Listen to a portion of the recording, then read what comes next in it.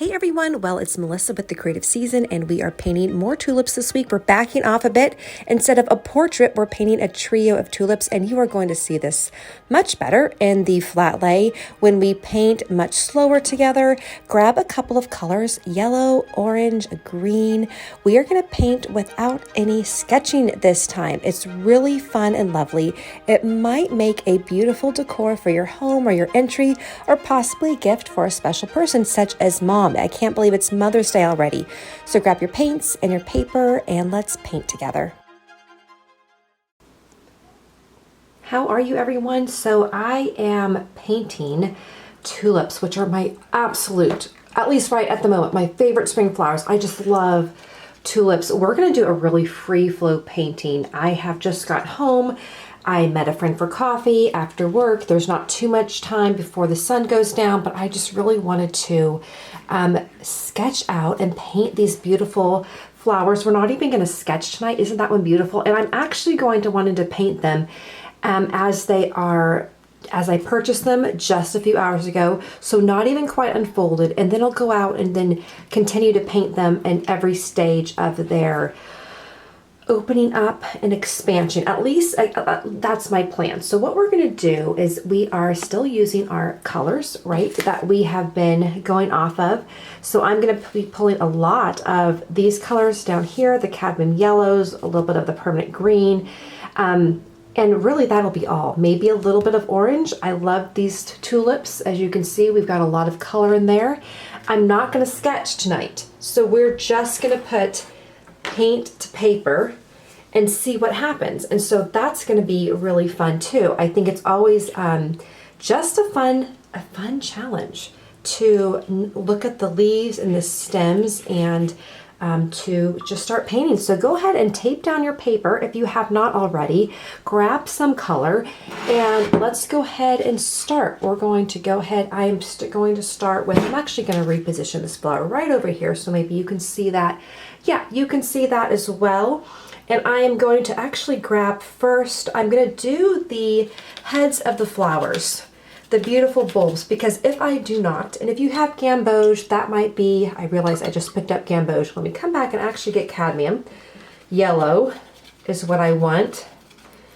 Got some light yellow here, and I'm going to do my, my tulips first, because otherwise I'll make the stems too long, and then we will not have any room to expand. So I really love tulips. I love their elegant, orderly shape, because I think anyone can paint a tulip, and I'm really just kind of looking at this one too, looking at the way it's coming down together. This one is the most open, and then I see this one too. I'm actually going to turn it. Oh, my phone noise is on. Okay, let me go ahead and just turn that phone noise off and see this one too. And I'm actually, with this one, we're gonna paint right up here. And you're gonna notice there's more green in this one because it's a new fresh bud. You could even see the dark spot, right? If you can see that right in there, a little bit of shadowing. So we'll end up creating that as well with just the color on the tip of that brighter orange. So with this, I'm gonna keep this one a little bit more narrow. I'm actually though gonna add some more yellow to it because I want, when I add the green, I just want that green to dance. And then this one right here, we've got this one, and on this one I'm going to keep it lower down.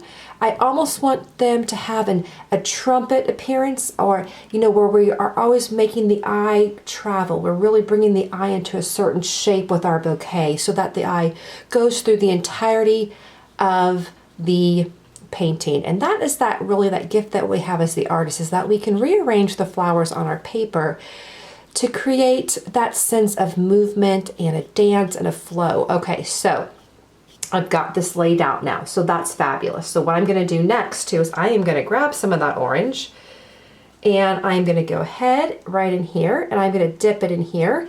And you might think to yourself, that's actually a pretty bold orange, right? It's almost a pink, and I might actually grab that pink.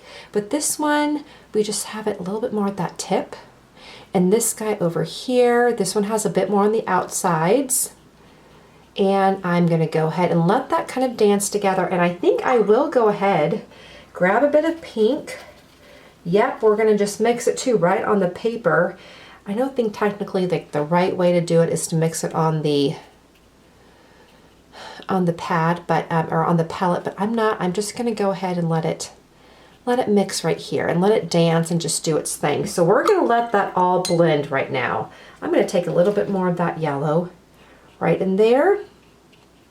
And then I'm actually going to take, there is so much yellow in the stems. I'm going to take this yellow and just pull that stem down where I'm seeing that going. And then in this stem over here, I don't even need the eraser, do I? I want to make sure you can see that.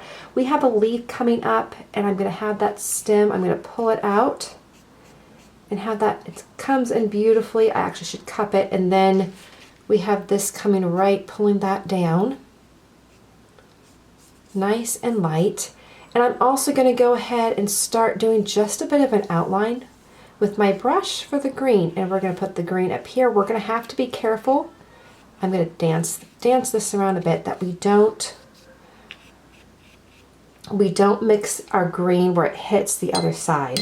All right, again, I'm going to pick up a bit of yellow over here. I'm going to pull this down. So we've got our stems now. Now I'm going to go ahead and get my permanent green. If you have another green, that's fine. Ideally, it's more of a warmer green.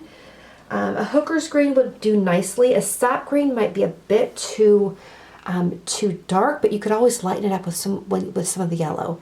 And I'm going to just start moving around in here. Now you'll notice in here I got a little bit, made a bit of a mess, just where it's too thick of a stem. There's a real definitive shape with the tulips, so I'm going to go ahead right here and just fix that by dabbing my paper there. And if I need to, we can always fix it a bit later, and I'm going to come a little bit closer so you can see that.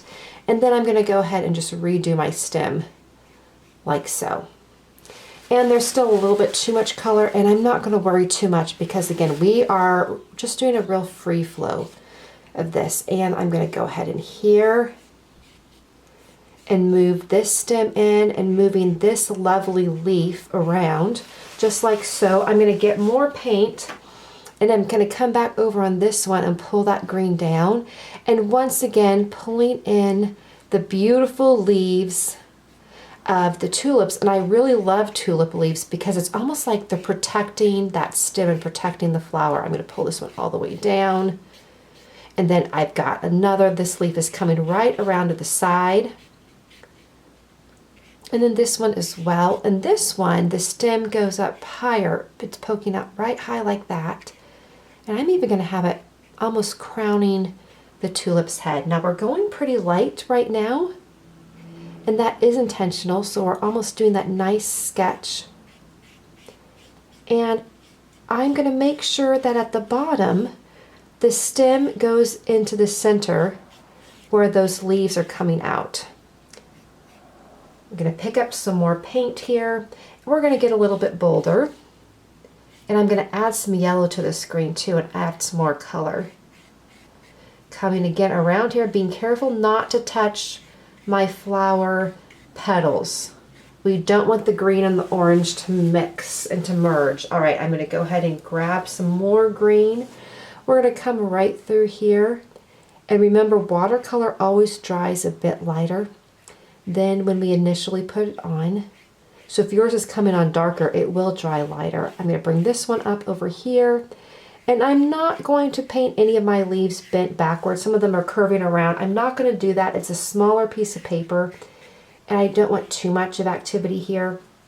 Now I do have a couple though that have some more than 2 leaves. So I do want to create some distribution of an odd amount of leaves on some of them. So not all of them 3. This one's going to have 4. And with the petal head, that'll make 5, so I'm not too worried about having just 4 stems on this one. Okay, or 3 in my petal. Okay, so I've got my leaves. See right here, we always just want to be careful of that. I'm going to take a dry brush. This is another way to clean up your paint, and I'm going to pull it in so you can see where it's bleeding in here. I'm going to take that dry brush and just see how it kind of sucks out the paint. Now, it also sucks it out so you can see that white, right? And that's okay though. That's fine because I can come back later and repaint over that. So now as I look at this whole thing, I definitely want to add some boldness because these are pretty bold tulips, are they not? They are very bold. In fact, let me pull this one back so you can really see that. It is just a gorgeous color here.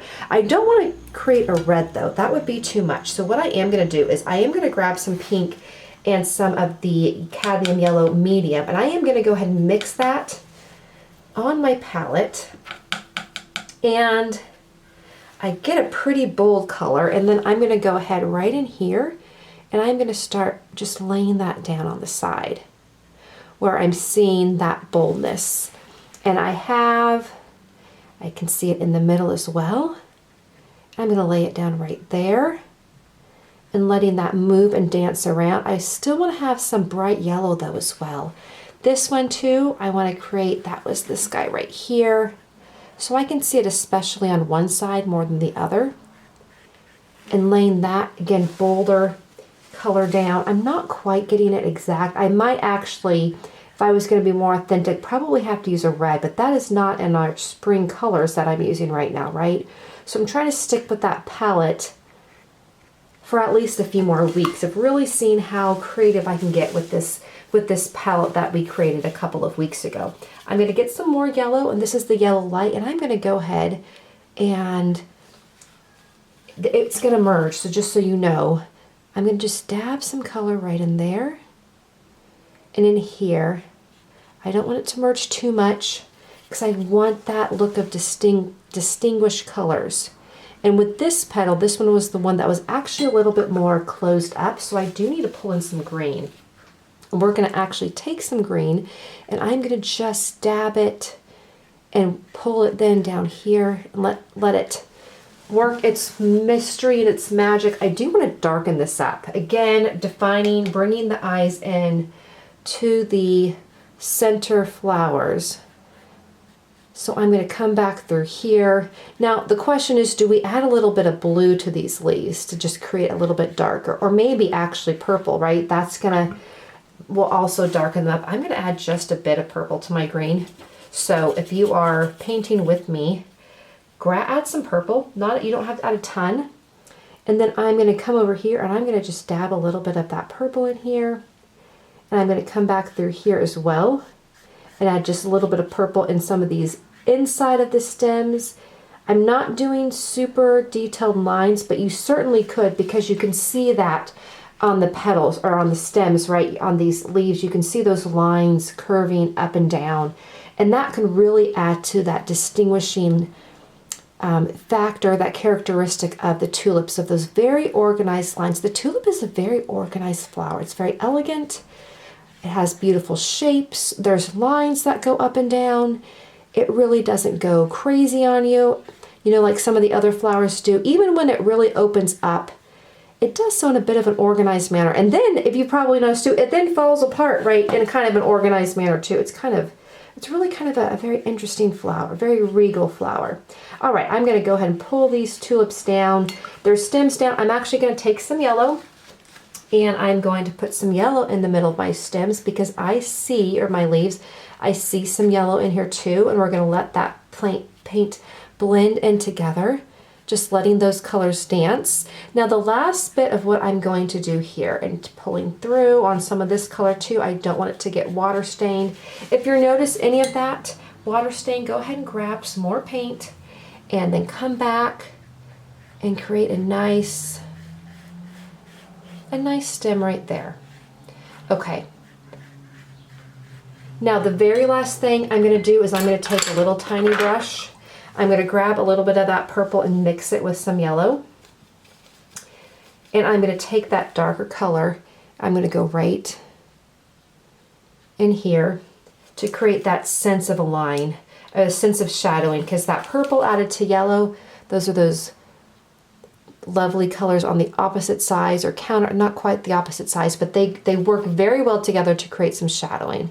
So if you need a little bit of shadowing in your tulip, go ahead and add that color in, that yellow and purple, mix it together, not too much, and just move it where you want that little bit of delineation to be. Okay, this is lovely. Now when it dries, I'll probably do just a little bit of splattering. In fact, I can probably do a little bit now. And the color I want to do is I actually like that darker, the pink yellow, because I like that pop. And what I'll do is I'm just going to splatter just a little bit, because if I do too much, it will blend in. And I don't want that to happen. So we're just going to do some splattering over here, some splattering right down there, and just give that a little spring exuberance. And there is our study of our tulips. Very loose, very light, and really we did it within 15 minutes. And isn't that beautiful? Now we can come back to if we so desire to, and you want to put in, for example, a little bit of yellow down here just to create a sense of movement, right? A little bit of, you feel like they're standing in space and you want to just give them a bit of color. Feel free to go ahead and do a bit of a wash. You might want to wait till the whole thing dries so we don't get any bleeding. I'm going to just quickly move that around. And then even up here, I'm not going to do it where my splatters are, where most of the splatters are, because the splatters will end up just merging together. So we're just going to leave it like that. I'll put a little bit right over here, a little bit under here, and then even take a little bit of that shadowy color, moving it right down here, just to show off a little bit more of that movement. If you see some bleeding, we'll clean that up with a bit of a dry brush, just like that. And there we are. This is lovely. This is an absolutely beautiful, easy watercolor sketch. How fun would that be to use that in your home? Just frame it, use it as a part of a tabletop decor, or even write a letter on the back. It might be too big for a letter. Include it in a journal. Lots of options to do with these lovely watercolor sketches. I think this one turned out really fun, and it's just the start. We're going to be doing some more painting of tulips, and I think you're going to love this. All right, you guys, I will see you very, very soon.